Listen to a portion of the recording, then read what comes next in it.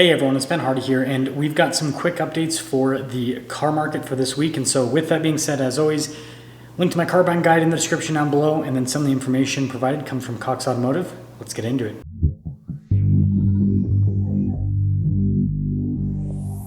So let's first go over the stats and then talk about the bigger picture of everything that is currently happening. So the sales month of October is almost over, and it is expected to be better than October of last year, and it's expected to be better than, well, last month. And if you don't know, last month wasn't horrible, but it also wasn't a great September overall. So they expect that volume is going to be 10% higher compared to last month, and then 8% higher compared to last year for this October. So that's just really strong overall.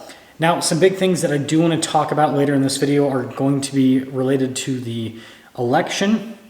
And then the pacing number that we're at now is 15.8 million units. And so again, as we have been saying time and time again, this car market is better than last year, but it's barely better than last year, and it is significantly lower than what we see in a normal car market. And so let's talk about the election stuff, because we are getting closer and closer to the election. If you look at things historically within the car market and within the housing market, which again, I am by no means a housing market expert, but I can look at the data. What you typically see is that things slow down before an election, and then they will ramp up after the election. And it doesn't really matter who gets elected. It just matters that the election closes, right? You've got all that uncertainty leading up to an election, right? Who's going to win, who's not going to win. And then as soon as the cat's out of the bag, right? As soon as we find out who's the winner and who's the loser, then everyone just kind of goes back to normal life. They go, okay, well, I was looking at buying this house, or I was looking at buying this car. Now it's time to pull the trigger because the world's not going to explode because, well, someone got elected. And now, again, things can just go back to what they were. And so that is kind of the expectation leading into this election. And again, if you follow the news of the election, things have been very tense leading up to this particular election.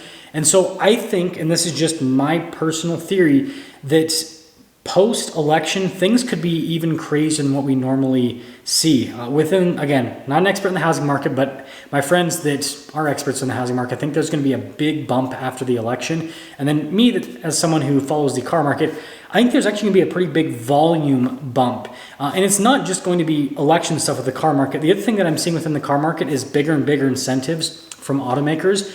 And so I think that there is a large group of people that are holding out, that they're going to jump back in the car market, and they're going to see that there are these big discounts, and they're just going to go, okay, the world's not falling apart, and I am going to be able to get a big discount on this vehicle. Let's just go, let's get this done.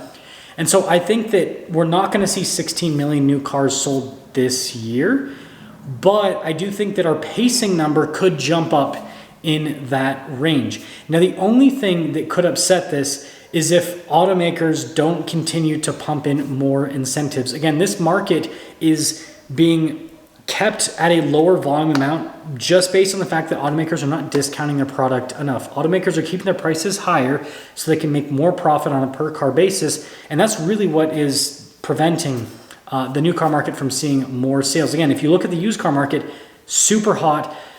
We're pretty much seeing as many used cars sold as what we normally see. Again, it's a little bit lower than normal, but a big part of that is because there's just not enough supply. If there were more used cars that were 1 to 3 years old in the used car market, then I promise you we would see more used cars being sold right now. But because those cars don't exist, the customers for them don't exist. And so that's kind of the market dynamics that we're seeing. I want you guys to let me know what you think about this whole situation.